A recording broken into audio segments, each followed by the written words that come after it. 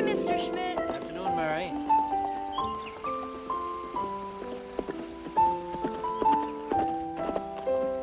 Be back in time for dinner, Mom.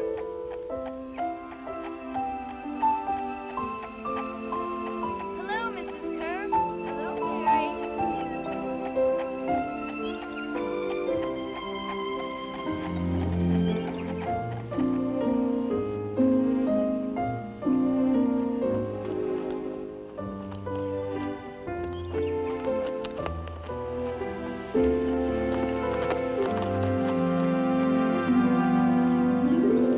Pop. Hold on. Ready? Please.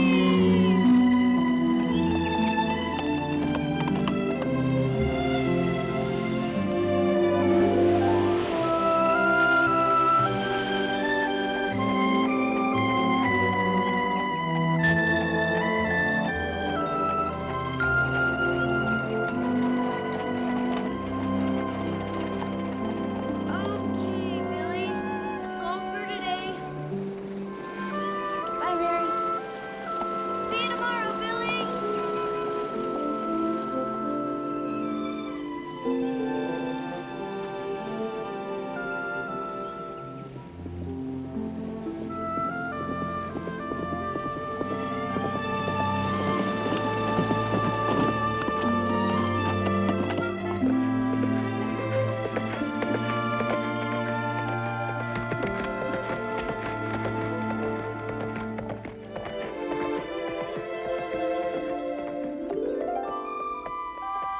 Hi, Tom. Hello, Mary.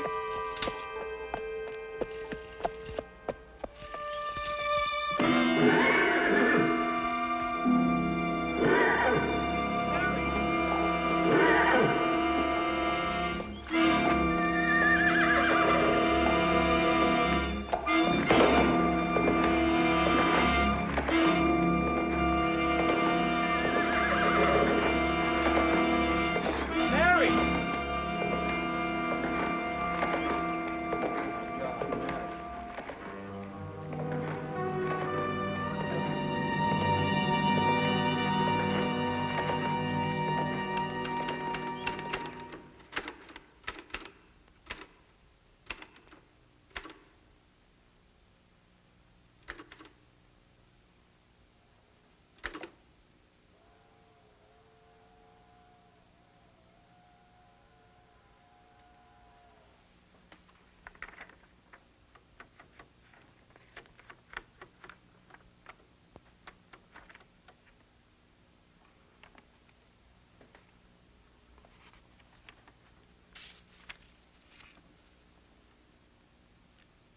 The Associated Press reports carrying the news of Mary White's death declared that it came from the result of a fall from a horse. How she would have hooted at that. She never fell from a horse in her life. Horses have fallen on her and with her. I'm always trying to hold them in my lap, she used to say. But she was proud of few things, and one of them was that she could ride anything that had 4 legs and hair. The last hour of her life was typical of its happiness. She came home from a day's work at school, topped off by a hard grind with the copy on the high school annual, and felt that a ride would refresh her. She climbed into her khakis, chattering to her mother about the work she was doing, and hurried to get her horse and be out on the dirt roads for the country air and the radiant green fields of spring. As she rode through the town on an easy gallop, she kept waving at passers-by. She knew everyone in town.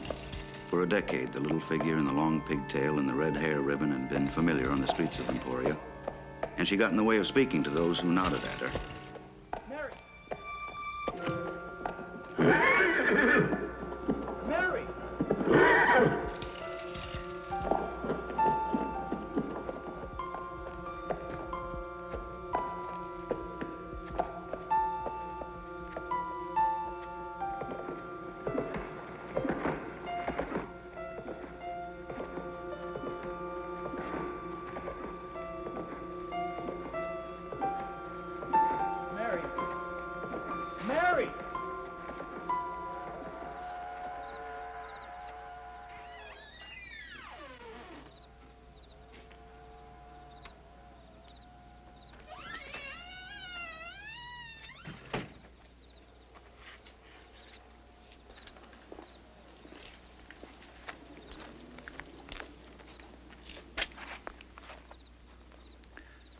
I know there's no way to accept the death of a beloved child,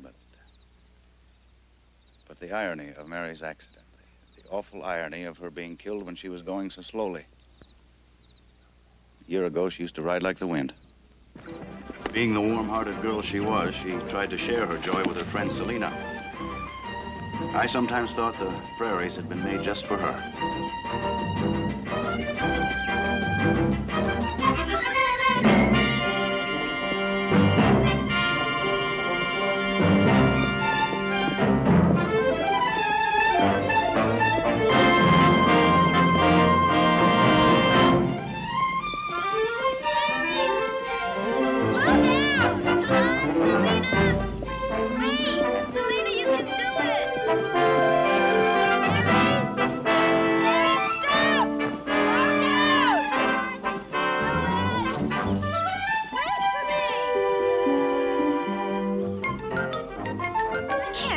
You're scary.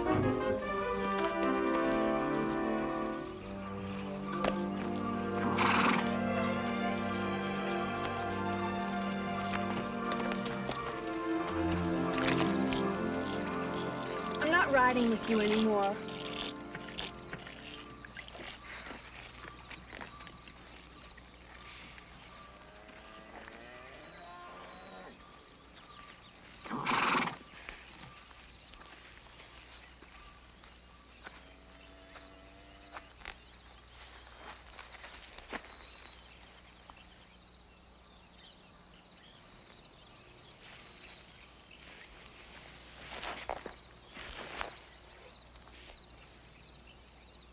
Don't be mad.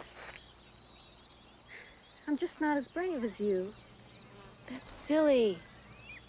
You're braver. It takes more courage to do what you're afraid of than to do what you enjoy. I never thought of it that way.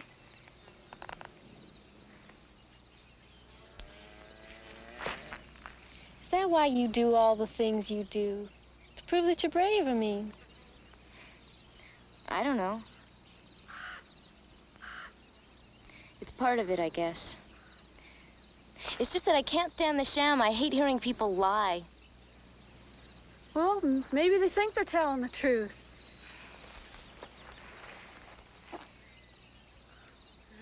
It's like there's something inside of me that wants to change things, fix things, so that when I die, people will know I was here. They will. You're William Allen White's daughter. That's what makes it so hard.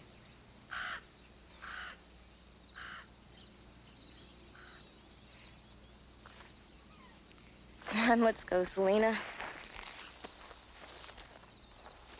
I got an idea, come on.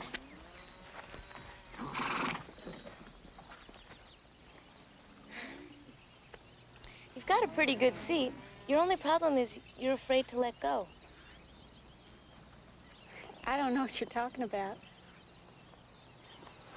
Okay, I'll show you. Close your eyes. What for? Never mind what for, just do it. Now, try to imagine that you and your horse are one person, that his legs are your legs. You wouldn't be afraid to run as fast as you can on your own legs, would you? No. Okay, now, imagine yourself running. The wind is hitting your face. You're a giant. You can cover the whole earth in one day. You're free.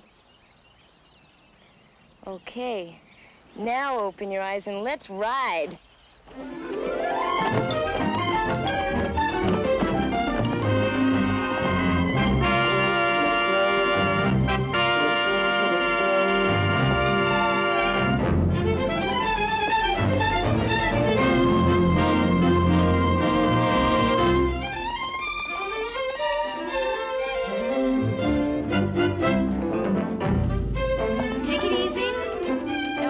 Now squeeze with your knees, not with the stirrups. Good. Come on.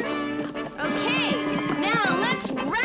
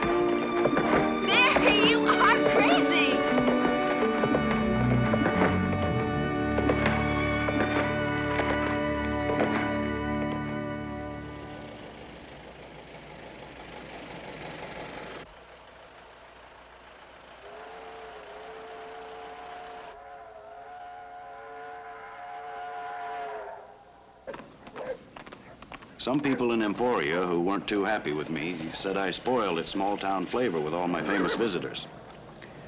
But they still enjoyed it when Teddy Roosevelt and Calvin Coolidge came to call.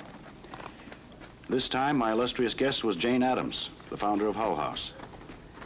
Now, Mary couldn't wait to meet Jane, and she barely made it, as usual.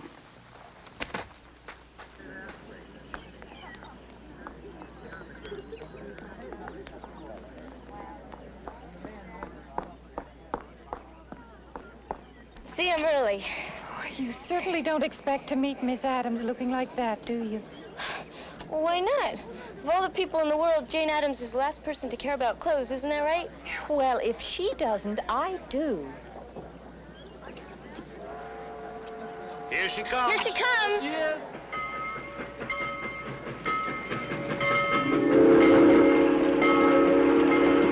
I had visited Jane Addams several times in Chicago since the opening of Hull House. She had worked and dreamed of a settlement house for many years. A place where needy families, delinquent youngsters, and the foreign-born could come for help in dealing with a world that had dealt harshly with them. Hull House was that dream come true. As she went on to become president of the International Women's Congress, my admiration for her deepened. And over the years, she, Sally, and I had become dear friends.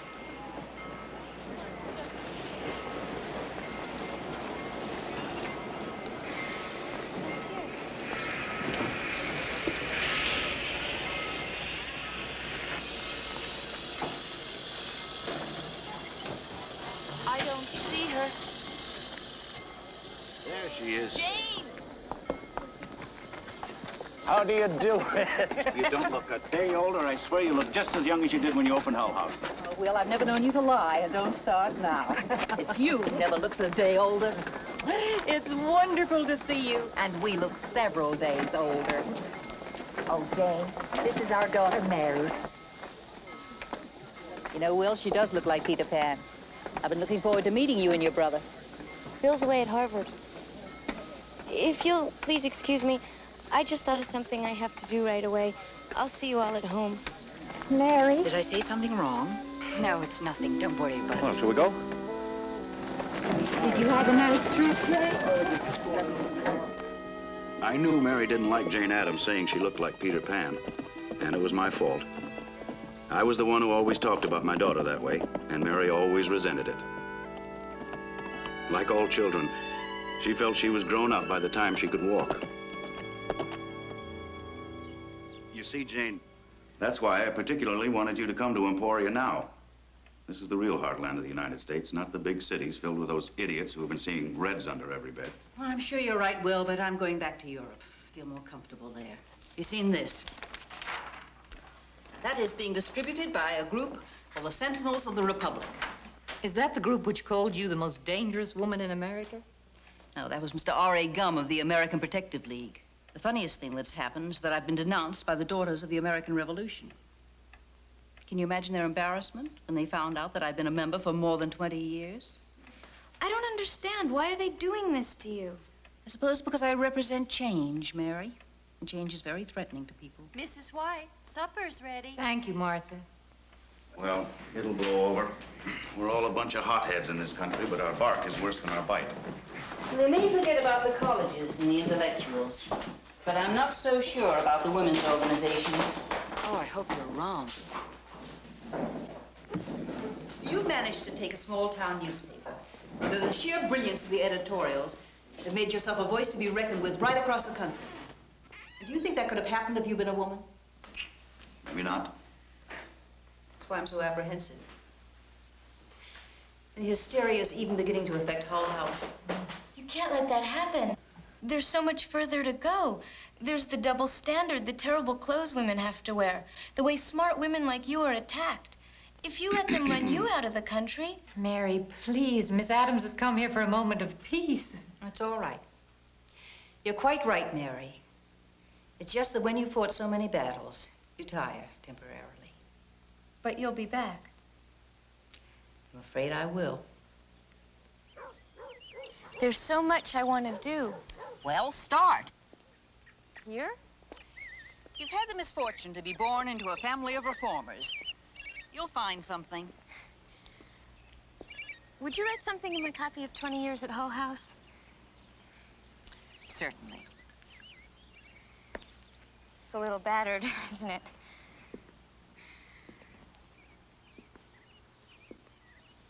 There you are.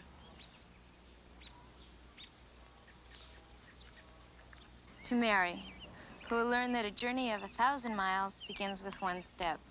Jane Addams. That's the hard part, learning to accept that. I was just like you. Sally. Wanted to change look. the world overnight. Suppose I still do, but it can't be done. I'll never be like you. I have no patience. When I see stupid people doing stupid things, I want to hit them.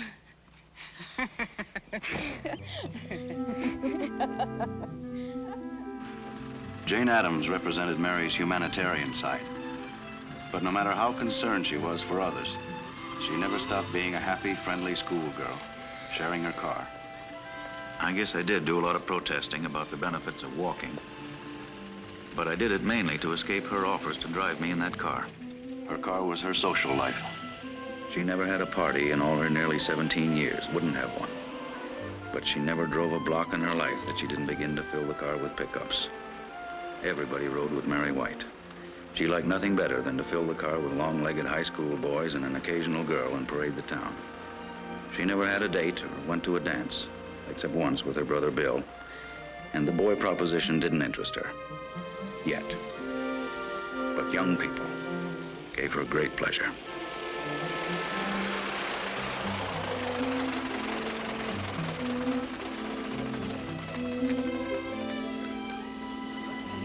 Okay, end of the line, everybody out. Thanks for running, Mary. Thanks for the ride. See you later. Yeah. Bye. Bye, Mary. Thanks. Bye. Todd, that means you too. I'm not moving until you tell me if you go to the spring dance with me. Suit yourself. Don't tell me he's at it again. Doesn't that dope ever learn? What's the matter, huh? I bet I could ask any other girl in this town and she'd jump at the chance. That's exactly what's the matter. Well, since when is it bad to be popular? Why is it so important then that I say yes? I can think of 10 other girls that would be walking on clouds if you asked them. I'm not even your type. Well, you're different. You bet I'm different. I'm William Allen White's daughter. Well, what's that got to do with it? Isn't he the local celebrity? Don't I walk in his reflected glory? Well, that's not the reason. Oh, well, is it my beautiful golden curls? Forget it. Just forget I even asked you, huh?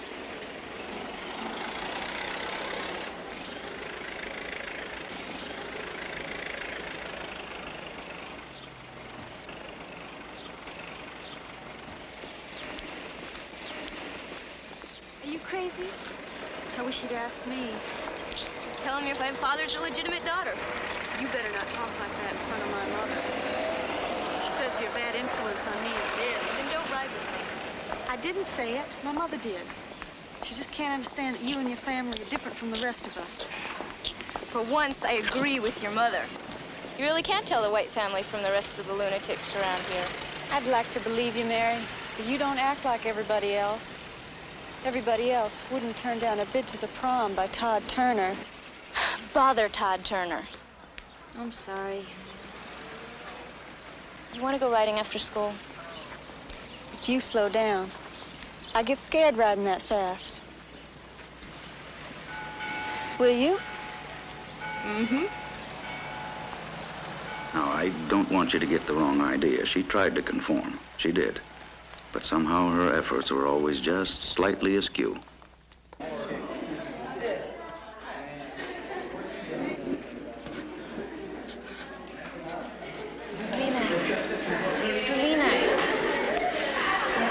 Selena. Quiet down. Now, who can tell me what president succeeded Abraham Lincoln? Selena. Andrew Johnson. Correct. Good. And what action was taken against President Johnson that has never been taken before? Mary? The House of Representatives voted articles of impeachment against him. But it was only because he wanted to carry out Lincoln's policy of lenient Reconstruction in the South. Oh, that's a very broad assumption, Mary. I don't think your book mentions that connection. But it's true. The Congress didn't care what the people wanted. They just cared about punishing the South. Look what happened in Russia. It led to revolution. Yes, well, you may sit down, Mary. Jane Addams says if we don't learn from history... I said you may sit down. Same thing's happening here. There'll be blood in the streets. Jane Addams is being persecuted just for trying to get women their rights. I think we would prefer to listen to the wisdom of historians. Neither you nor Miss Addams can aspire to that title. She's a great woman. You don't have any right to make fun of her. That will do, Mary. You will leave your seat and present yourself to Mr. Andrews' office for discipline. You are being insubordinate.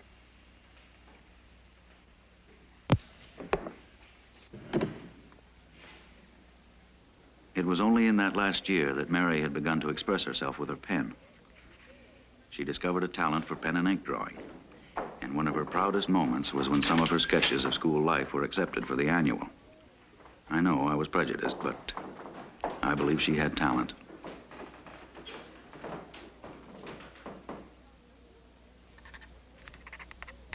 I don't think her legs are quite that thin, do you? Oh, I'm sorry. Oh, it's really quite good. Although I can't say I approve of your drawing. If your pictures are a liable clue, I'd say you and Miss Peabody have had a run-in. She said to tell you I was insubordinate. And were you? Well, I don't think so, unless telling the truth is insubordinate. Well, one person's truth can appear to be another person's lie. Did you contradict her? I just said that President Johnson was impeached because the Congress wanted to punish the South for the Civil War. Well, that's an interesting theory. Is that all you said? Almost.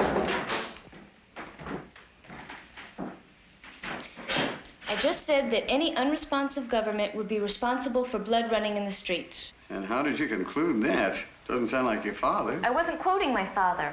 I wasn't quoting anybody. Well, I'd be interested in how life in Emporia could have led you to such a dire conclusion. Is there something going on that I don't know about? You know, Mr. Andrews, Emporia isn't the whole world. When Jane Addams was here... Jane Addams was here in Emporia? I should have enjoyed meeting her. I have the most tremendous respect for her achievements. Well, she was only here for one night. And what was she like? She was thrilling. Absolutely thrilling. Do you know she's being called the most dangerous woman in America now, just because she speaks up for people who can't speak up for themselves? Isn't that disgusting? It most certainly is. You know, I heard her once. I was in New York on vacation. I happened to see a notice of her appearance in the paper. When she stood on that stage and described the working conditions for men and women who had come here from Europe full of hope, only to end up slaving in sweatshops, trying to make enough to pay the rent on tenement flats full of roaches. She took the audience with her. I was quite carried away. As a matter of fact,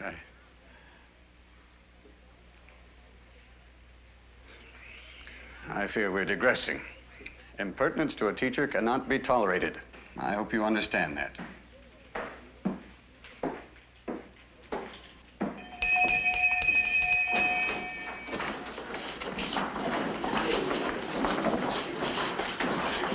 Mary, was he very mad? No. Is he going to call you father? No, he just told me what he had to. Had to? What do you mean? He's really a very nice man. But he's like everybody else around here. As soon as he starts being human, he remembers who he's supposed to be. What? Forget it.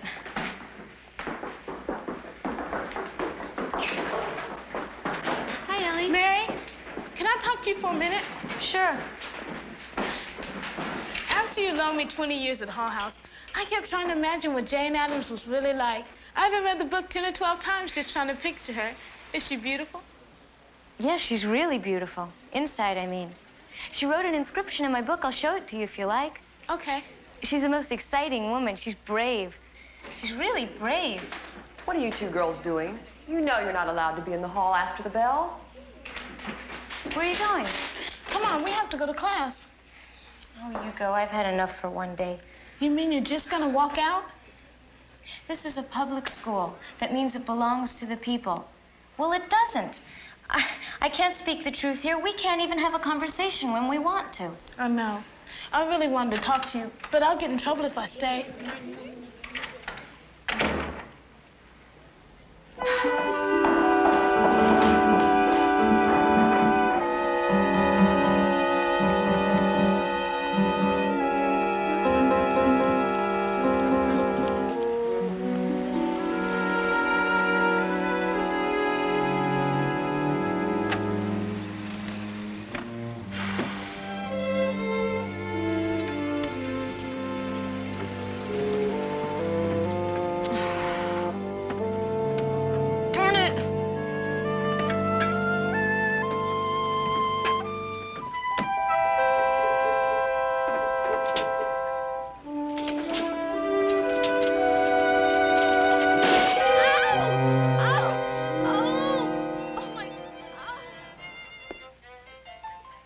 Does it hurt much?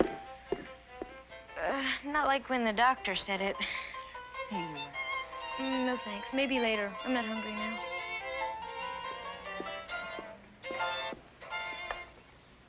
Oh, don't put another record on just yet, Will. I think we should talk. All right. Floor is yours. Mary, I hope you'll understand what I'm going to say. I've thought about it for a long time, and I realized today I just couldn't let it go on any longer. Something has to be done about your accidents. Now, Sally, come on, let's not get carried away. Practically no one goes through childhood without breaking something. I had 2 broken legs before I was 12. You never told me that. How'd you get them?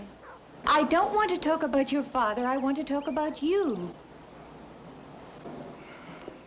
I'm frightened, Mary. Every time you go out on that horse of yours, I worry until you get back. You ride too fast. That's silly.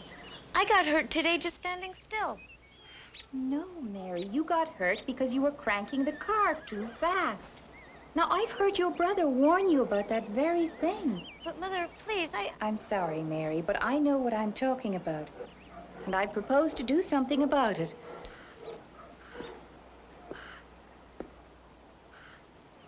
Well, I think we should sell Ginger and get Mary a slower mount until she proves that she's responsible enough to take care of herself properly. And as for the car... No, you can't do that. That's not fair. Yes, we can, Mary. If you behave like a child, dear, you will be treated like a child. By the same token, if you behave like an adult, you have every right to expect us to treat you as an adult.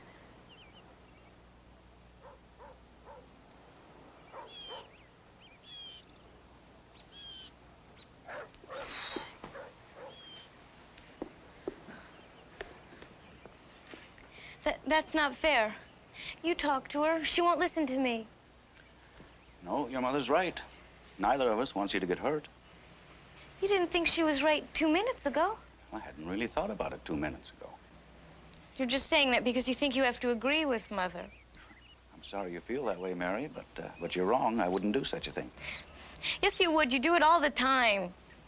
That is a very insulting thing to say, and I'm sure you don't mean it. I do mean it. I don't expect that of you. At that moment, I hated being human. I wanted to be the god my daughter demanded.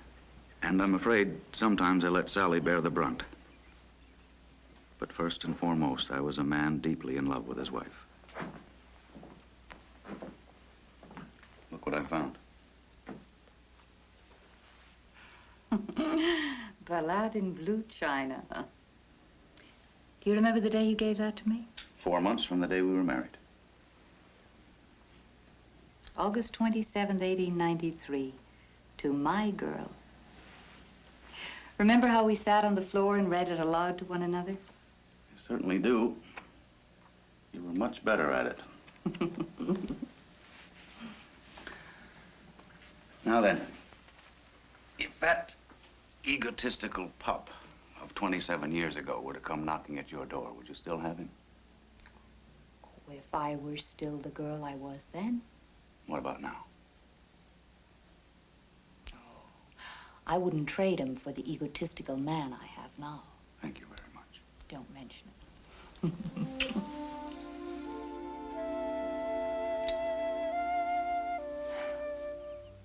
Mary always looked up to her brother Bill, and she really brightened up when he unexpectedly came home from Harvard one day. Mother? Bill! Oh, what a lovely surprise. For heaven's sakes, why didn't you let us know that you were coming? Well, I got tired of being good old predictable Bill, so I thought I'd surprise you. Bill! Oh, playing hooky. Oh, I'm legal. What happened to you? I'll tell you later. What's your excuse? Oh, well, I got lucky on my midterm schedule. I took 3 in a row. Heard Bucky Newland was driving as far as Kansas City, and here I am. My, you look different. It's the clothes. Well, you wouldn't want me dressing like a hick and disgracing the family name, would you? And this may come as a shock to you, Mayor, but when you get to college, you're going to have to give up wearing your uniform. Then I'm not going. Says you. You'll probably be the first one to go boy crazy and start dressing like a fashion model. Well, I only hope I live to see that day. Then you'll have to live to be 100. Youth, youth. What are you reading here? 20 years at Hull House? Are you trying to memorize this book? Oh, Mary, not again. When I loaned it to Ellie Rogers, she read it 12 times. She told me. I'm just looking through it to see if I missed anything. Who's Ellie Rogers? Nobody you'd remember. What does that mean? She's colored. Now I know I'm home. Mrs. White, the Iceman would like a word with you. Oh, and I'd like several with him. Now you two behave while I'm gone. Don't worry, we'll behave. Well, now that women have the vote, I take it this year's project is bigotry. Just because you're a college man doesn't mean you have to talk down to me. This town is filled with self-satisfied bigots. Mary, don't be so hard on Emporia. It's the same everywhere else. People are slow to change. You sound just like Father. He always looks at the other side, unless it's mine. Look, just wait until you go away to school. Then you'll have some perspective. On what? Well, on Father, on this town, on the crazy life this family leads. Like we're really not small-town people. That's right. It's one of Father's fantasies. He's just plain Will White, editor of a small-town newspaper, so naturally his children are just small-town children. I mean, after all, doesn't every small-town kid come home from school to find Teddy Roosevelt stopping in for dinner? Or Jane Addams waiting to autograph a book for her. And of course, everybody goes to Europe and has a father who was there when they signed the Treaty of Versailles. Of course. At least he doesn't insist you're Peter Pan. Well, he'll get over that. I mean, he'll have to. When he sees you with 4 or 5 children hanging onto your skirts calling you mama, even he'll have to give up. You're just as bad as everybody else. You all assume that all I want to do with my life is get married and have children. Well, first of all, I think we should straighten up the world before any more children are brought into it. And secondly, I'm not planning on getting married. When I find my own road, I'm going to travel it like Jane Addams. Good for you. And in the meantime, can you get around with that thing? Yes, where do you want to go? To the newspaper office. Then I'll see you later. Well, don't you want to go? No. Father's letting Mother punish me for breaking my arm. They're selling my horse and they're not letting me drive the car. What do you mean he's letting Mother punish you? Well, he could have stopped her. He didn't agree with her, I could tell. He just thinks that he has to play Father, the way he plays William Allen White, small-town philosopher. Look, Mary, he's a great man, but he's not perfect. Stop pushing him so hard. You did to go to Harvard. Well, that was different. I helped you.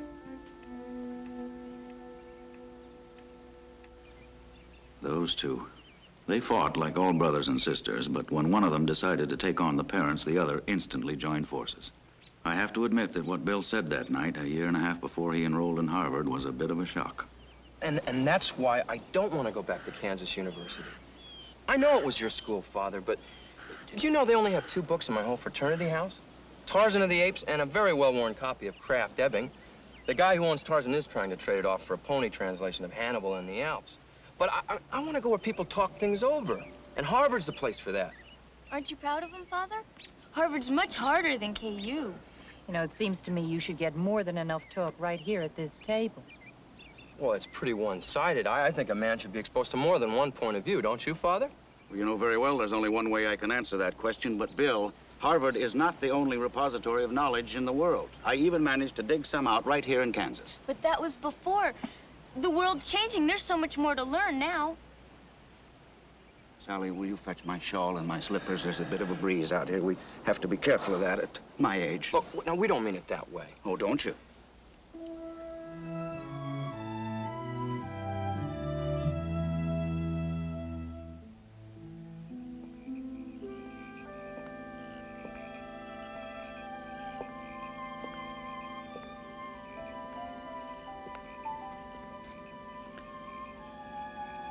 Sometimes watching a child grow up fills a man with pride. And there are other times when it can be quite painful. I found that out for the first time when the author J.M. Barrie visited us.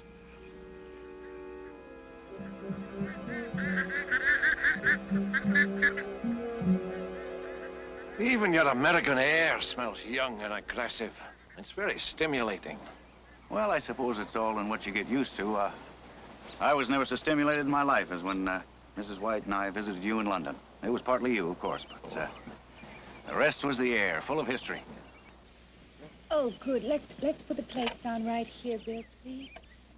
I hope everyone's hungry. It looks like Martha thought she was cooking for an army. Mary, food's ready. Food's ready. Will, You've done such marvelous work, but of all your plays, I like Peter Pan the best. Doesn't she remind you of Peter? A bit. I must say I'm surprised at your preference. I wrote Peter Pan for children, you know. Ah, but there's so much more in it. The wonderful knowledge that a world full of people who never grow up would be a world full of innocence and joy. Well, I'm immensely flattered. I didn't know all that was there. But if it is, it's purely an accident. I don't subscribe to that sentiment, really. No, I'm more inclined to believe that most of the troubles in the world can be laid squarely at the feet of people who never grow up. I quite agree. I think you're pulling my leg. No, indeed I'm not. No, I'm not a romantic at all. I simply use a romantic style to express my feelings. Of all your plays, my favorite play is What Every Woman Knows. Indeed. I would have thought it was a bit sophisticated for you. Don't underestimate her, Sir James. Lately, she's been telling me which books she thinks I'll understand. Only after she consults with me. So I take it you don't share your father's enthusiasm for Peter Pan. It's a lovely play for children. There, you see what I mean? I can just hear Peter saying that. He always took himself so seriously. So does Charles Evans Hughes. No politics here. Now, Bill. Do I detect a mutiny in the ranks? I wouldn't call it mutiny, maybe just a touch of insubordination. Aye, quite right, too. Every young man is duty-bound to disagree with his father. You see, I'm a realist at heart. Truth is what is. I can't believe you mean that. Truth is what should be. See what I mean? That's why he thinks I'm Peter Pan, because he wants me to be. Now, Mary. I think that courage is one of the most heroic of emotions. It takes great courage to think for oneself. I must congratulate you, both of you, on the way you've raised your children. Why, thank you, Sir James. Unfortunately, the results can be painful sometimes. Yes, somehow, a parent always thinks that an independent child will end up agreeing with the very great wisdom of the parent. Well, don't despair, Father. It may happen yet. I'll never think truth is what should be. There she was again, my Mary, the realist.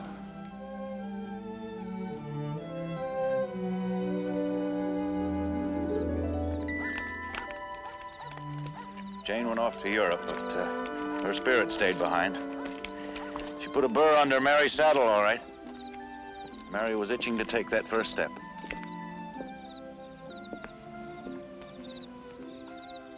And she did. And she took it right here with the pastor, John Rice. He never knew what hit him.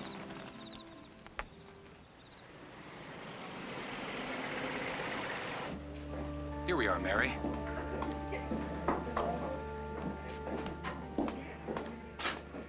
Ladies, Mary has decided to switch from our missionary group to your committee this year. Mrs. Pettigrew, have you got a job for her? Well, that's sweet of you, my dear, but between us, we've pretty much got the menu covered. The old people out at the home like their Christmas dinner to be the same every year. I don't want to cook. I'm sure you're all much better at that than I am. Well, perhaps you might organize the delivery of the food on Christmas Day. Would you like to do that? Surely. Alone? Well, naturally, we get some strong young men to help you. I'm sure if you're anything like my daughter, you'd like that. Why don't we all go? Well, that's hardly necessary. There won't be that much to carry. No. Why don't we all go? Why doesn't each person on this committee take the food she's made and stay and eat Christmas dinner with the people at the home? Well, It isn't done that way. Now, if you'd like to Well, deliver... just because it hasn't been done doesn't mean it can't. It's nice of all of you to do that cooking, but it's so cold, impersonal. I'll bet the people at the home would like to see you as well as your baskets of food. It's unchristian. The day William Allen White shows up at the county home, I'll be there, too. Now, ladies, Mary just isn't familiar with our procedures. Really?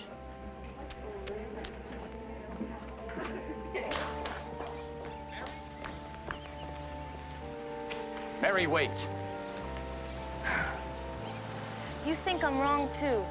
I respect your motives, but I don't agree with your methods. Giving can't be ordered. It must come from the heart. That sounds like one of my father's editorials. He writes and you preach. I joined the church to get something done. Now, the Women's Committee is getting something done. Now, the fact that they're not doing it the way you would like them to doesn't make their contribution less. In other words, you're not going to help me. I have a whole congregation to consider. You're not the only one. No wonder my father doesn't go to church. Now, slow down. Now, a minute ago, you were lumping the two of us together. Now it's you and him against me. Mary, I know you want to help. We all do, each in our own way. Sometimes that way takes a long time to find. Have a little patience. No. I'm sorry, but I'll find my own way without the Women's Committee.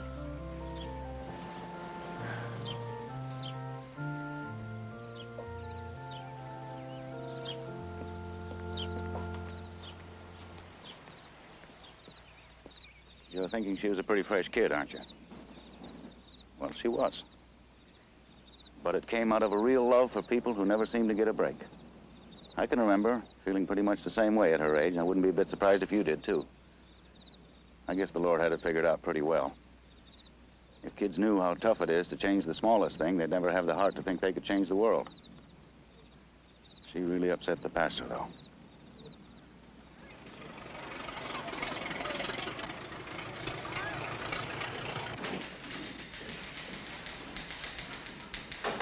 Morning, Sam. Morning, Al.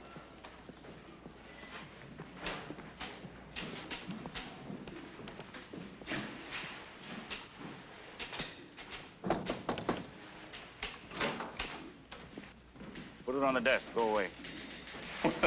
It's not the warmest welcome I've ever had. John, I'm sorry. Come on in. Sit down. I gotta warn you, this is not a day to preach brotherly love to me. I'm not even sure I like you.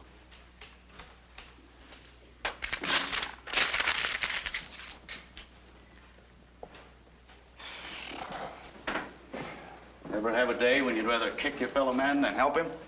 Answering as a clergyman, never. As a fellow human being, occasionally. You know, don't you, that Joe Endicott and that ragtag of Ku Klux Klan idiots he consorts with are planning a parade down the main street of town night after next?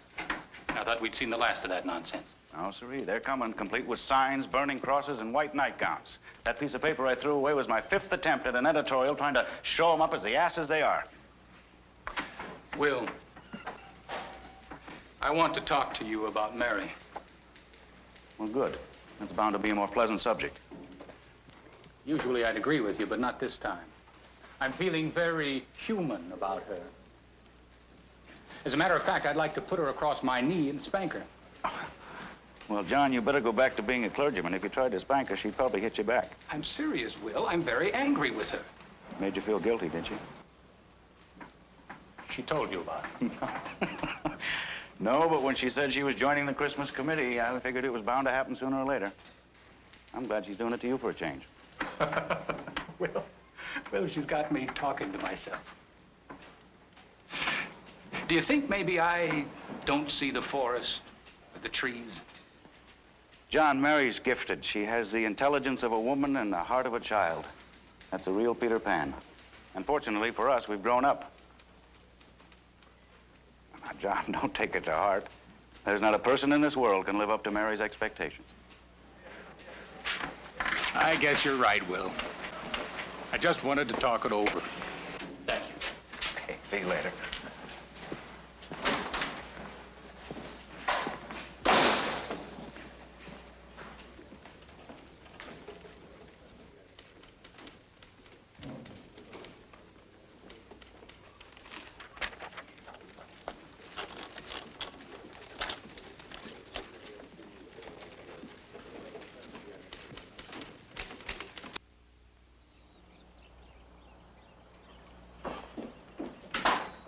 Good morning. Here she comes, the slayer of dragons.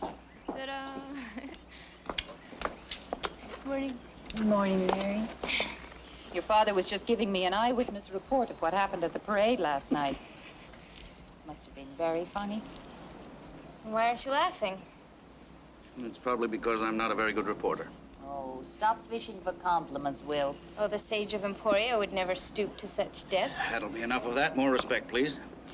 Mary, do you remember the night when you convinced us you were responsible enough to drive the car? It was a pretty good piece of salesmanship, wasn't it?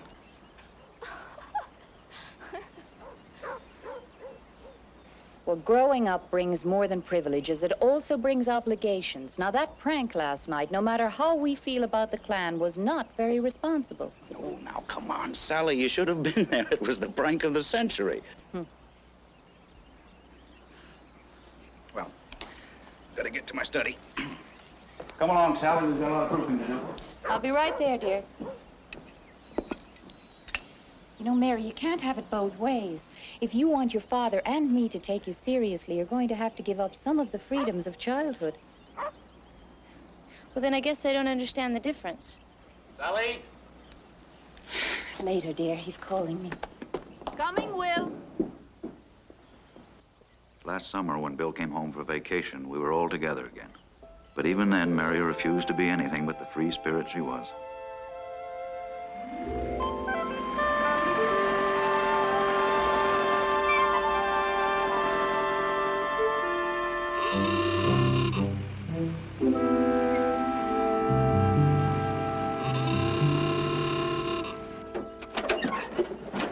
Now, don't forget, she'll try and put you off by being as tomboyish as possible. Just ignore it. I hope you know I wouldn't do this for anyone else but you. Hey, pal. Here we go.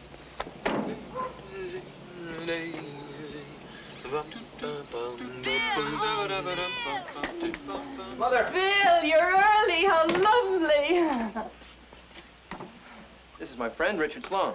How do you do, Mrs. White? We're so pleased that you can come. Thank you. For heaven's sakes, come inside, both of you. Well, you both must be parched. How about some lemonade? You have just been offered nectar of the gods. Say yes. Oh, for heaven's sakes, Bill, it's only lemonade. Not when you make it. You better not walk around town dressed like that. Otherwise, somebody's going to see you and put you in an envelope and mail you back to the Harvard Lampoon. Oh. See what I mean? You must be Bill's sister. I'd know you anywhere. How? Mary, this is Richard Sloan, my roommate at Harvard. How do you do? Hello. Oh, you going riding? Yes, would you like to come? Well, how about it, Dick? Fine. We can borrow a horse for you. He's gentle, or do you ride horses at Harvard, Mr. Sloan? Mary, Mr. Richard Sloan III's family have been raising horses since they arrived on the Mayflower. Well, the only thing I like better than Mother's lemonade is a good ride. And I'd like to see Mr. Sloan handle one of our Kansas horses. Well, it'd be my pleasure, Miss White.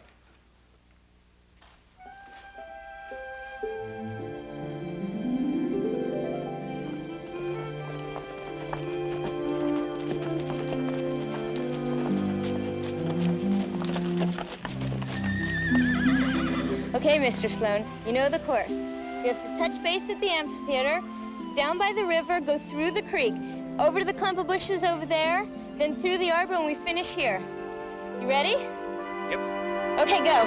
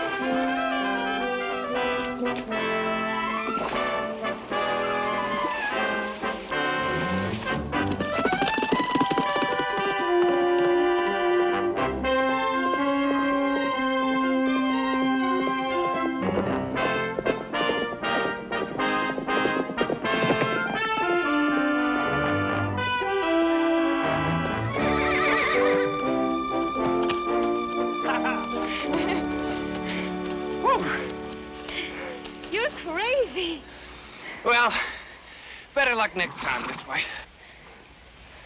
And there will be a next time, Mr. Sloan. All right.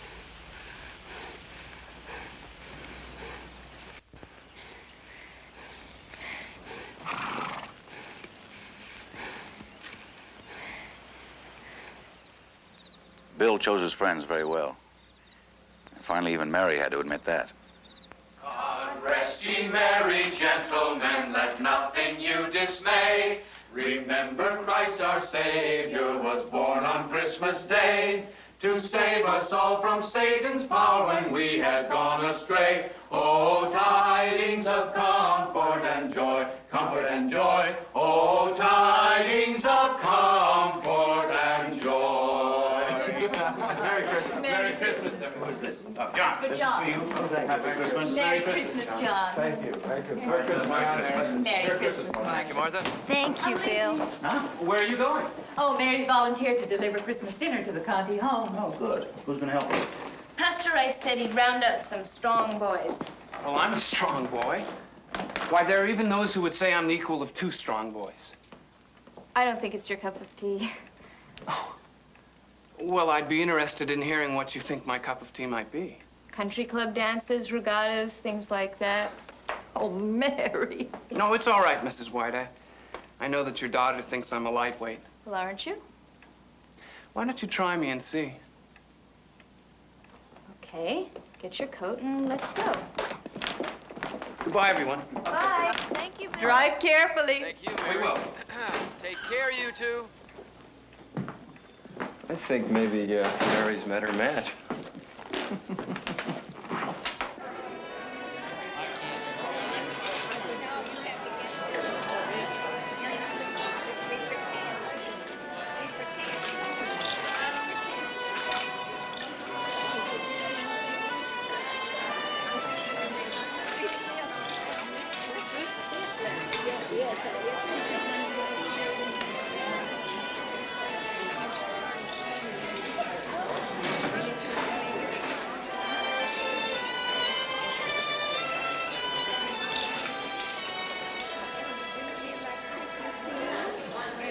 Doesn't it? Merry Christmas.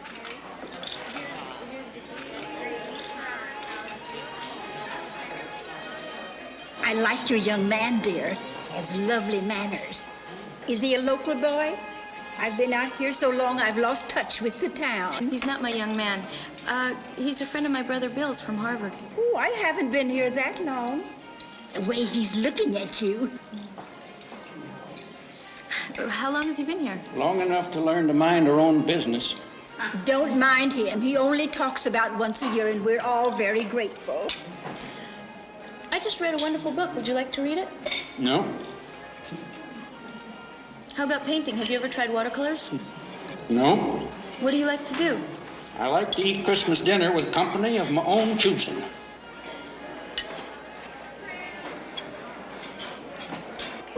Sorry. Mary.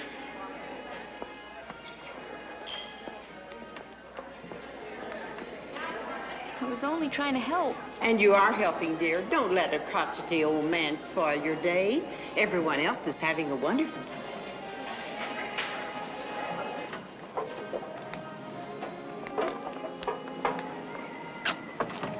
That was some experience. You should be very proud of yourself. Come on now. You're not going to let that old buzzard get to you, are you? He was right. What do you mean? I waltzed in there like the Queen of England, scattering largesse to the peasants. I invaded his privacy. Mary, you can't bleed for the whole world. He was just one of the people who doesn't want you to try. Wasn't it awful? Do you know what I wanted to do? I wanted to hit him. I know. When you came back with more stuffing, I was afraid you might pour it on his head. Mary, if it's all right with Bill and your parents, I'd like to come back here for spring vacation. How would you feel about that? I think it's wonderful. Bill's very fond of you. Well, what about you? Are you ready to stop calling me Richard Sloan III? I'm ready for that, but You're not ready to Say, please come back, Richard, because I want you to. Is it important that I do? It is, to me. Okay. Please come back, Richard. Because I want you to.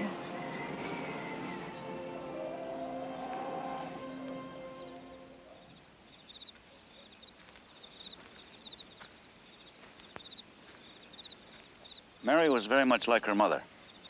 Neither of them knew or wanted to know how to flirt. When I met Sally, she liked me and she let me know it. And Mary was the same way, whether it was Richard Sloane III or Tom Knight, the Gazette carrier. Oh, come on, Tom. Give them to me now. I could take them out your desk for you, you know. If you don't stop treating me like this, I'll... You what? I don't know. You just make me feel so helpless. Well, that's all the thanks I give for being considerate. After all, you're used to riding, not walking this way. Oh, a little exercise never hurt anybody. Besides, they're letting me have the car back next week. What about Ginger? Still off limits. My father says he'll let me know when they think I can be trusted to ride again. Oh, I have to talk to someone. I'll see you later, okay? Ellie, hold on. Wait a minute. I've been thinking about you. We never got a chance to finish our talk. I know. Maybe we can meet later in the yard. Oh, bother. Come on in here for a second. We can decide where to meet. Mary. Come on. Mary. Maybe they should put white only on the door. Mary. Be careful. They might put no idiots allowed. Then where would you two go? You think you're so smart. What's wrong with you? They insulted you. Forget it. I'm not wanted in here. Who said? It's an unwritten rule. I never heard of it. Did you ever see a colored girl in here? I never noticed. They don't pay much attention to things like that. Well, most people do. Mary, I've got to go to class. But Ellie... We'll talk about it later, okay? And I don't remember a single article or editorial about it.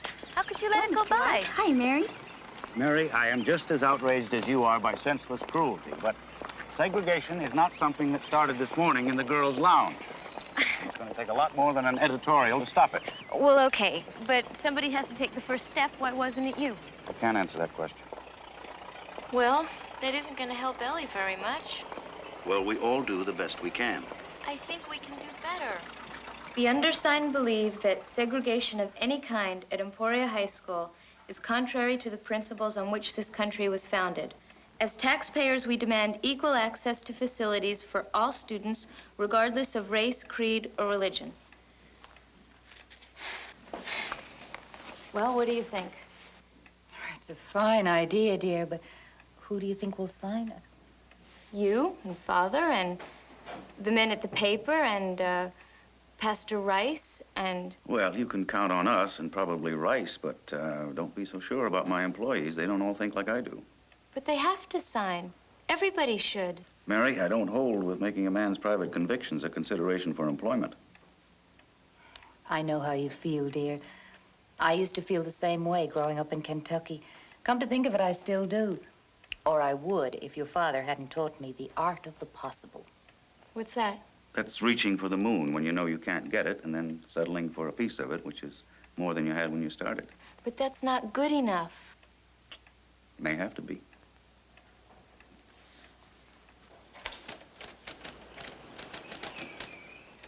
You've put me in a very difficult position, Mary. Oh, you know I agree with you, but this sort of decision isn't up to me. It's up to the school board. But you're the principal. And their employee. Well, does that mean that you can't even sign it? It's really watered down, you know. The first petition I drew up asked for complete integration. What made you change your mind? I haven't. Not really, but... Well, Jane Addams talked about a journey of 1,000 miles starting with one step. And my parents talked about the art of the possible. And I don't know, I guess I'm just trying to believe that they're right. Well, my heart's with you. I wish you luck. I'd rather have your signature. I know, but I can't. You made your compromise, and I have to make mine. But... I'm sorry. I know when Will White's daughter has a chance to think it over, she'll understand. I hope I never understand.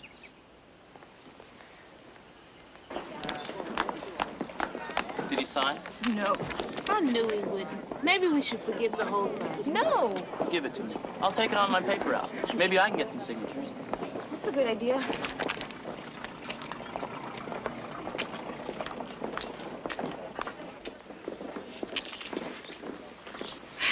Don't worry, Ellie. Between us, we'll find a way. I really wish you'd forget it. What's the matter with you? This is for you. All of this. Don't you care? I should have known better. What are you talking about? If you really want to help, then leave us alone. Oh, sure, that's a big help. Look, I won't stop. I can't. Just thinking about stopping hurts too much. Hurts? What do you know about hurt? Living up there in that big house with everything you want and your daddy so famous. You ain't even like other folks in this town. You don't even know your place. If you did, you wouldn't let me talk to you like this. You have nothing to be afraid of. You're William Allen White's daughter.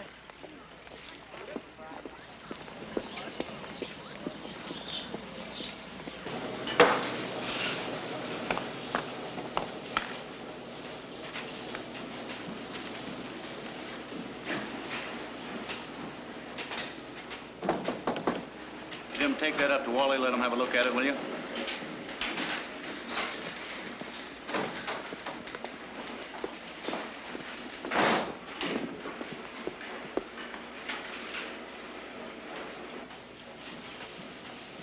Harlow, will you excuse us? Sure, Mr. White.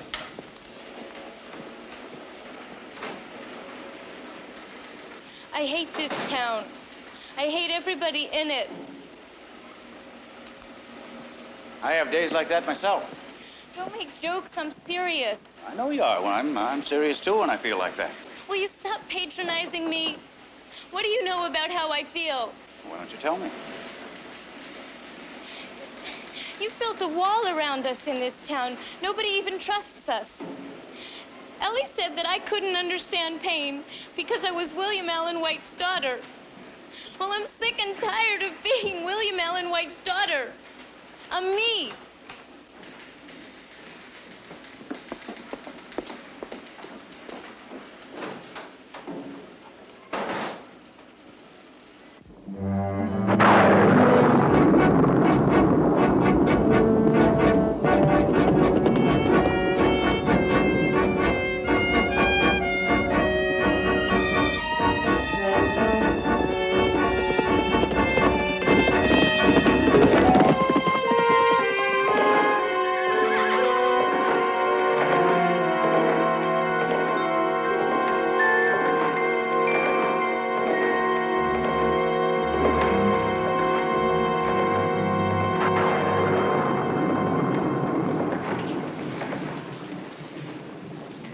Say a word all through dinner.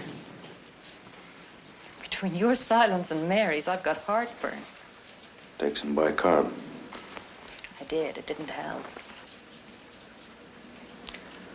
Try hot water. I don't need medical advice, Will. I need to know what this is all about.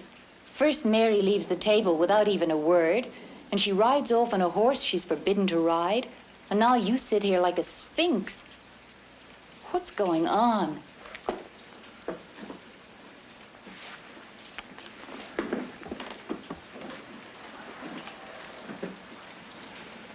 Mary came by the office today to tell me she was tired of being my daughter. Well, I'm sure she didn't mean that. I think she did. I know she did. Well, you surprise me, Will White. You're the one who's always telling me not to forget my growing up. But it'll help me understand our children better. Didn't you ever say anything in anger that might have hurt your father? Many times.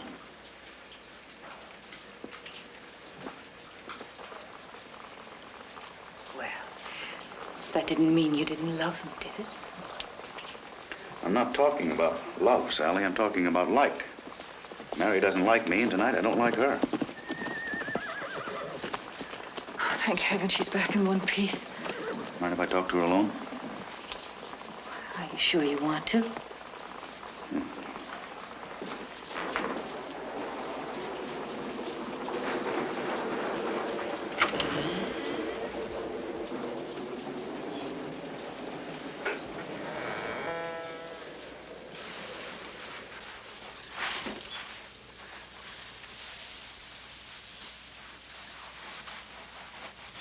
part of that towel on yourself. I'm okay.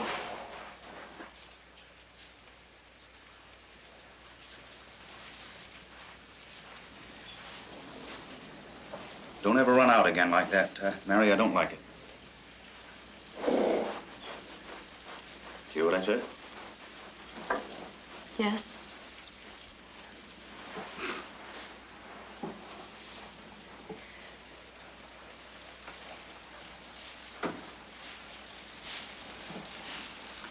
You're angry at me, aren't you?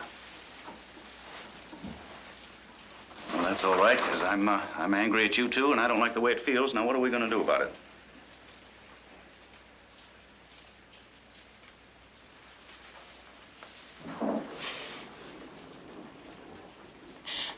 It's just that I can't do anything right.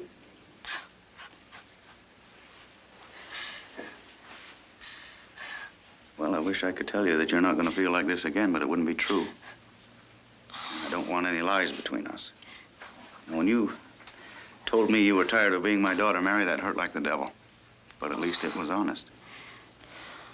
I didn't mean it. I just meant that... Wait now. At that moment, I think you did. I guess you're right.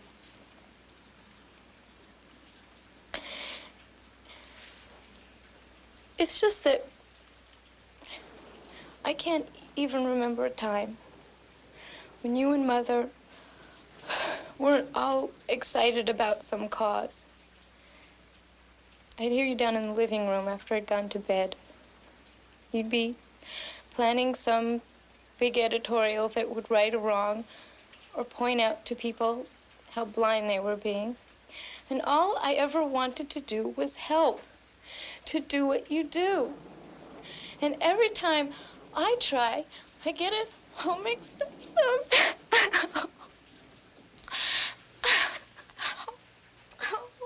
Oh, sweetheart, I'm afraid you're just going to have to settle for being a little less than perfect. I thought that's what you expected of me. Everybody else does.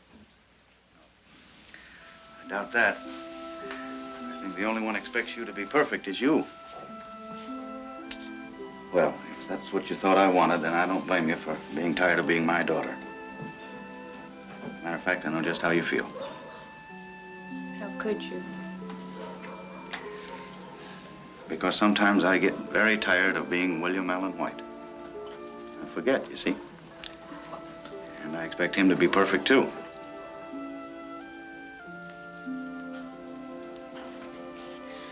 But you were never like me. You didn't start out by wanting to make something better and end up by just making it worse. Oh, didn't I? Oh, I'd hate to have to tell you how many times I've done just that. And I might even be doing it right now, but I have to take that chance. You see, Mary, that's what it's all about. Being willing to take a chance. You do it. And I hope you never stop. Do you really mean that? Lord, have mercy on my soul. Yes, I really mean that.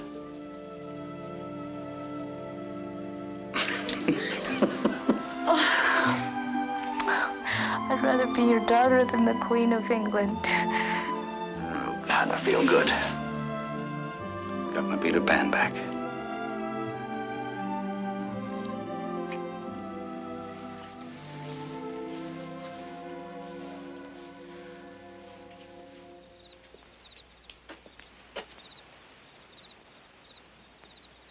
When graduation day comes along in a few weeks, Mary's chair will be empty.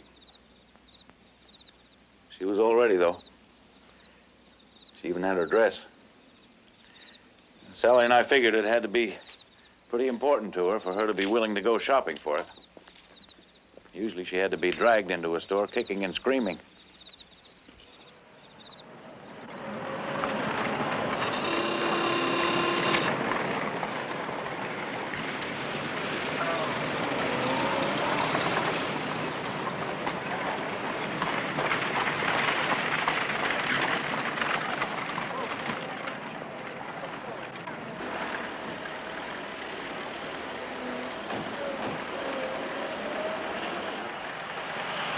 Oh, Mother, we weren't going that fast. Good afternoon, Sally. How are you, Mary? Getting excited about graduation? Nervous is more like it. We're just starting to shop for her graduation dress. I bought Jessie's last week. Isn't it a nuisance having to go all the way to Topeka to shop?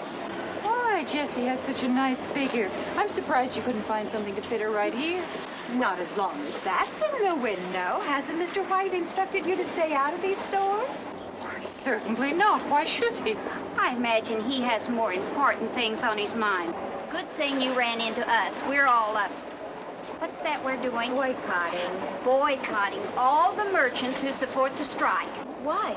Because our husbands said we should.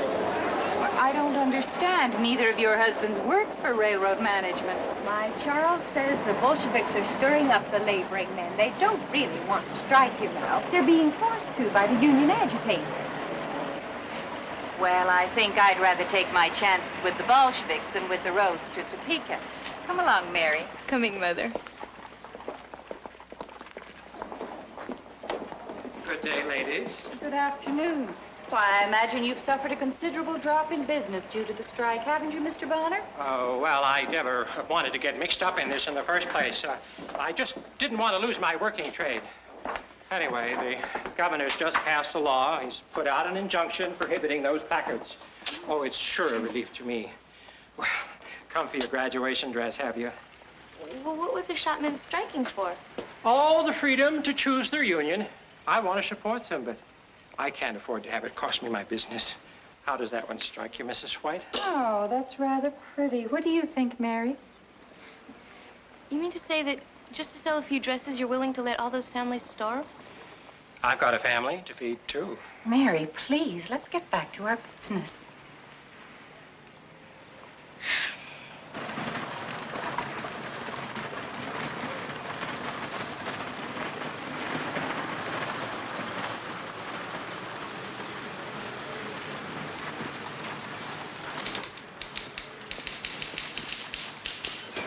Good afternoon, Miss Butler. Hello, Sarah. Will? Ah, good. You came exactly the right minute. Just getting ready to go home. Oh, Mary drove me downtown. Uh-oh. Well, I'll probably walk. I need the exercise. Ben, Daddy. you put this up in our window, please? Oh, you're too late, Will. The governor just obtained an injunction forbidding the posting of that sign. I know it. That's why I'm going to put up a bigger one, make sure everybody can see it. When they come to arrest you, should I tell them they'll find you at home? Yes, indeed. Arrest? Will, they wouldn't do that, would they? No, I'm afraid not. They know that's exactly what I want them to do. I want this to be a test case. They know darn well it'll never stand up in court. Clear infringement of civil liberties. If the governor ignores you, why don't we all drive down to Topeka and march up and down in front of the Capitol with a sign? That wouldn't be breaking the law. The injunction prohibits the sign from being placed in shop windows. It's not fair. That Skinflint Bonner's going to get away with it. Why don't we boycott him for taking the sign down? Because that's an infringement of his civil liberty. He doesn't deserve to have any. Mary, if civil liberties were only available to those people we approved of, we'd all be at the mercy of every crackpot that comes along. Then why aren't you fighting for Ellie? I am. You know, I wrote that article on segregation. I am not talking about writing. I'm talking about doing. Well, Mary, when you get to be a little older... If getting older means putting words before actions, I hope I die young. I'm sorry. I love your spirit, you know that. I hope you keep it all your life. Will, she's serious. Of course she is. That's what makes her marry.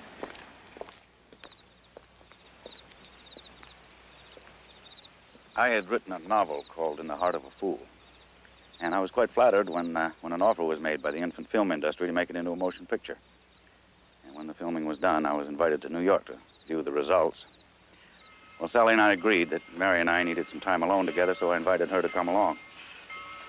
Well, our trip was a lark from the minute we pulled out of here. Trains have always fascinated me, and Mary shared that feeling. She was so excited, so alive, so eager to drink in new experiences. And so iconoclastic.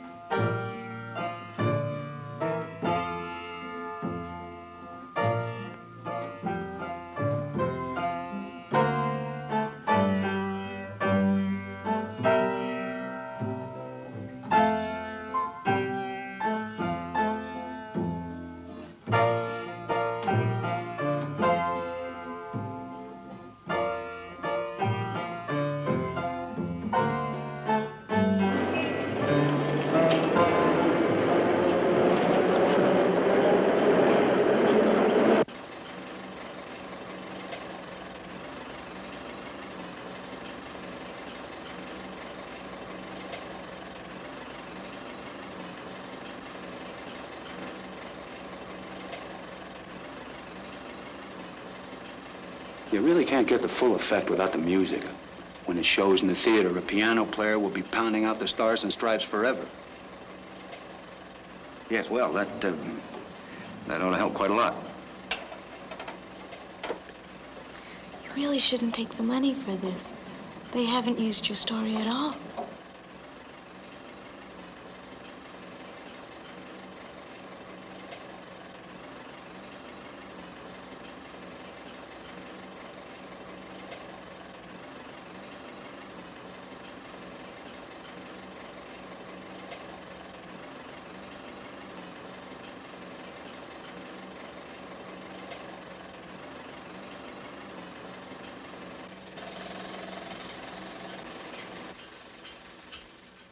Well, what do you think? Well, Mr. Stoner, I'm afraid Look, Mr. White, you're a great writer, maybe the greatest. But the printed page is not the screen. But what we just saw had no relationship. You're being too literal, little lady. See, what goes up on the screen is the director's vision of what the story is all about. Well, if that's his vision of my father's book, he needs glasses. that will do. All right. Goodness, time flies when you're enjoying yourself. Mr. Stoner, you're just going to have to excuse us. We're late for an appointment. Come along, Mary.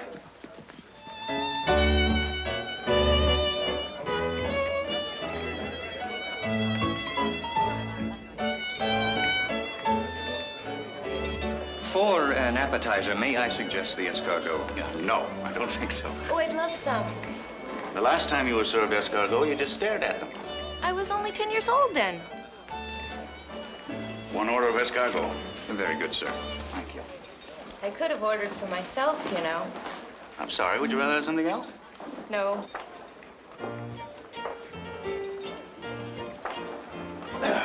Miss White, may I please have this dance? Certainly, Mr. White.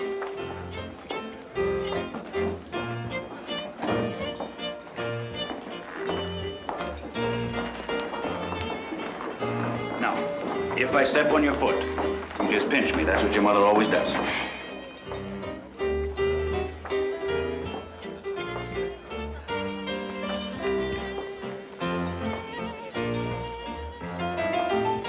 What did you really think of the motion picture? Or shouldn't I ask? Well, it was... It was an experience. yeah, it certainly was. It was awful. Mary, I wish you'd stop beating around the bush like that.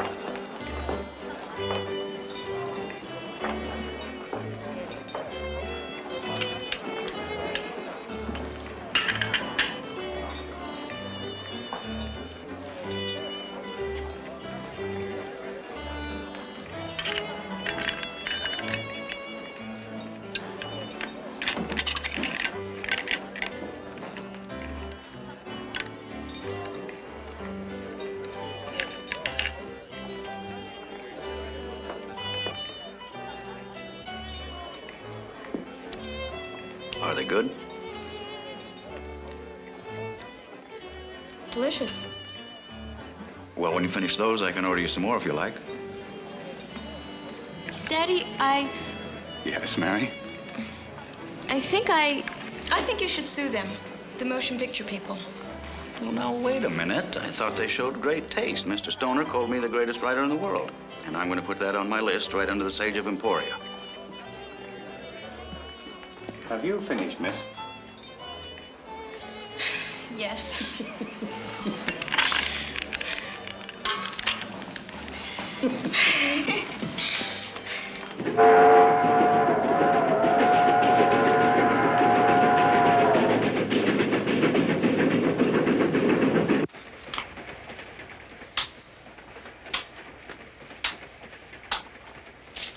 another one for me.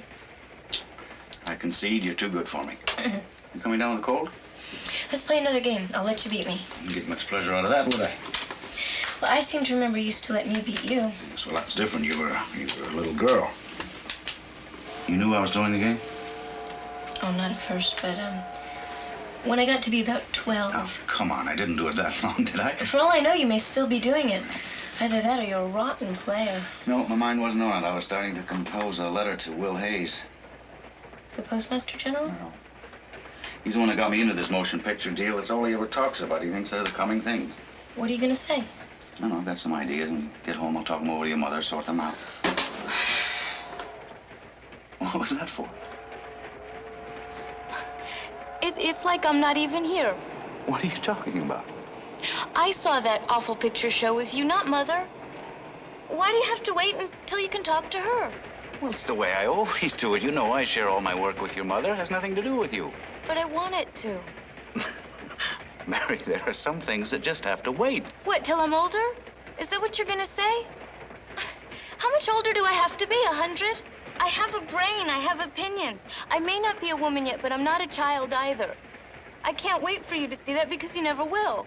Mary, it just seems that way to you. I remember when I was growing up. When Mother was my age, she was teaching school. You were working at the newspaper. You didn't consider yourself a child then, did you? Mary, your mother was forced to miss her childhood. I don't want you to miss yours. Now, thank goodness you don't have to. Daddy, if that's all you're worried about, please don't. I had a wonderful childhood. The best any girl could ever want. But it's over now. Can't you see that? Can't you look at me for once and really see that?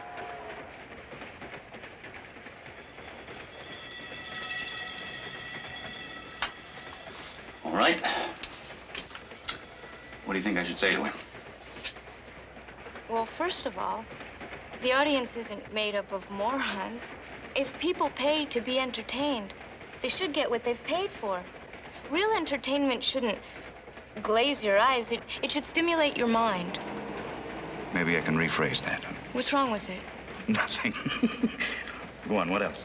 Tell them that if they think enough of a book to pay good money for it, they should respect the author's thoughts. Writers think up the stories, for heaven's sake. Not only that, how do they know that the audience won't like... Just wait now. Let's go back to your first thought. Don't be so gentlemanly. You said you hated the picture show. Now you're writing that you're disappointed with it. You're right. We'll call a spade and let the devil take the hindmost. Thank you.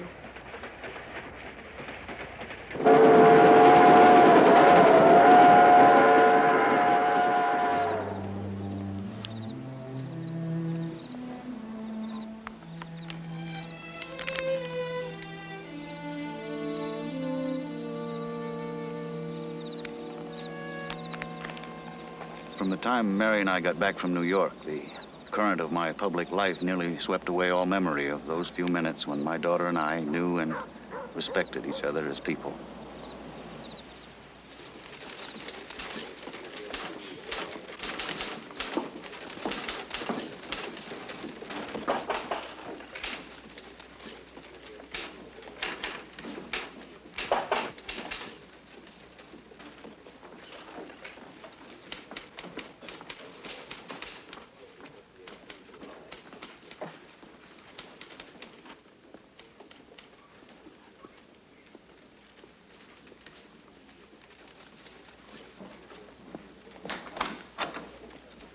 Miss White? You buy me a soda? My pleasure. Get my hat.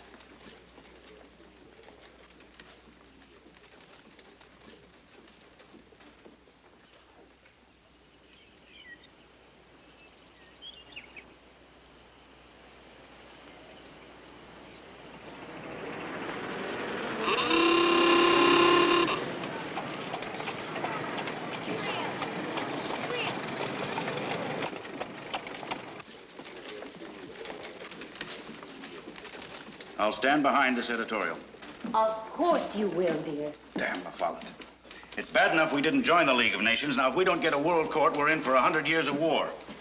children of this country deserve a better legacy than that. Speaking of children, what's happening between you and Mary? There's no end to the idiocy of some of the politicians in this country. It's a good thing we're a strong people because we have to be to survive some of our leaders.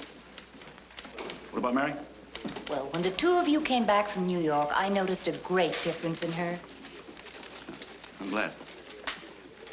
Sally, what am I going to do about La Follette? When you calm down, Will, you'll know.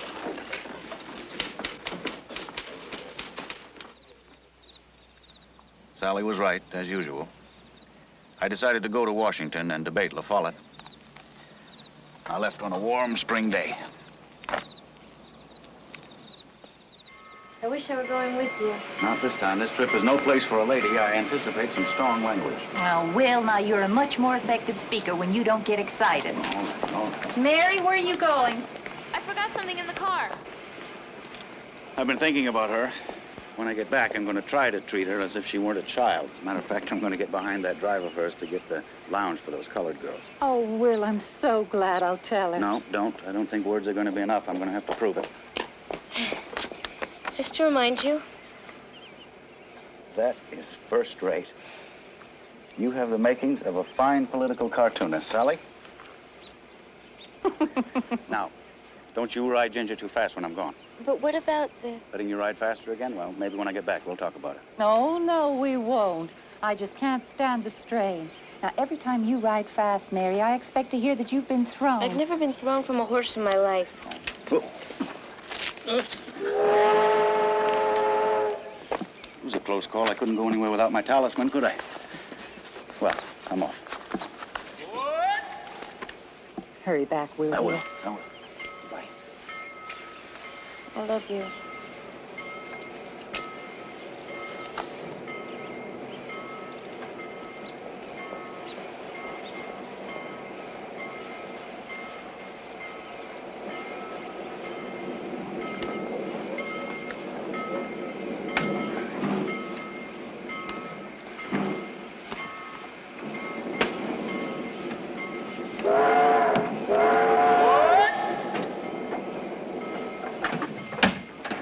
That was the last picture I had of Mary.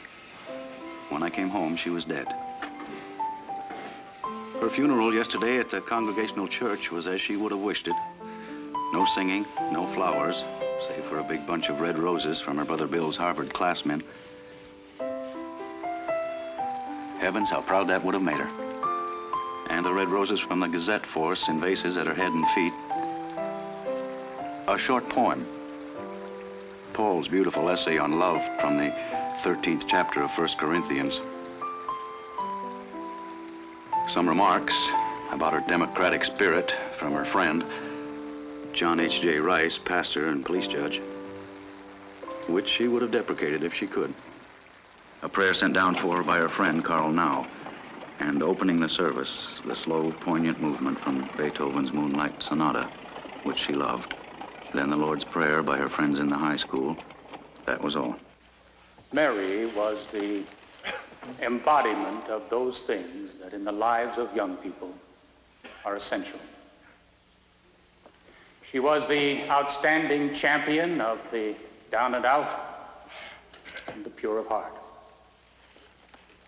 Her emotions and her instincts led her into a finer region of human living. She always stood for things that were worthwhile and gave herself unafraid the person or the cause that needed and deserved a friend. It is such personalities who stand in the breach when the right things are in danger and who become the law to the life that has no law in itself. And so we shall remember Mary White, a Democrat, unafraid, with a great heart and a strong, clean mind and a dominating will. We will miss you, Mary. And now, Mary's classmates from Emporia High School will deliver the Lord's Prayer. Our Father, who art in heaven, hallowed be thy name. Thy kingdom come.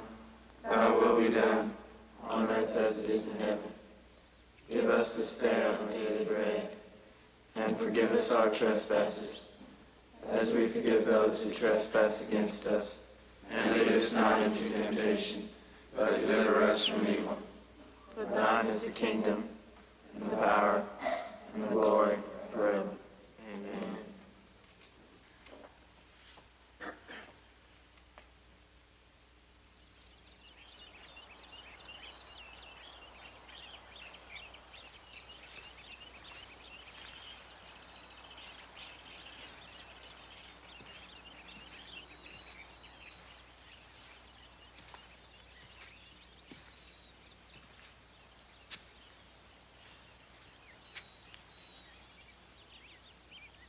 Mother's waiting for me, but there was something I wanted to tell you alone. I know in my heart that you would have made a fine woman. A woman that both of us could love and respect. I want you to know that.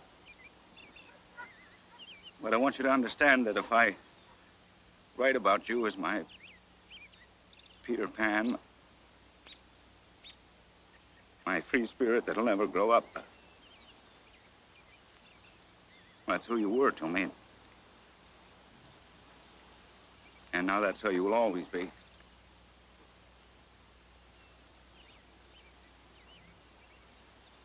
Good night, Mary. You sleep well.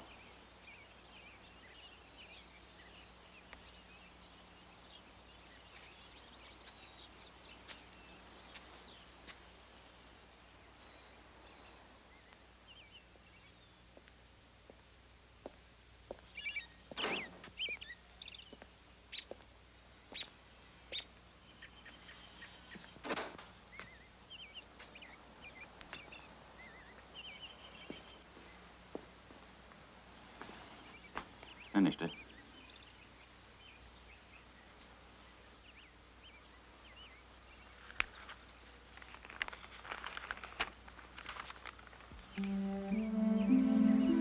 Associated Press reports carrying the news of Mary White's death declare that it came as the result of a fall from a horse.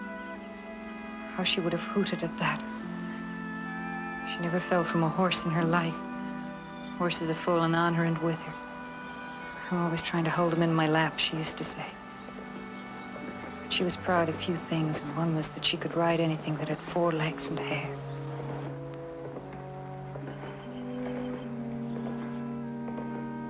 A rift in the clouds in a gray day threw a shaft of sunlight upon her coffin as her nervous, energetic little body sank to its last sleep. But the soul of her, the glowing, gorgeous, fervent soul of her surely was flaming in eager joy upon some other dawn.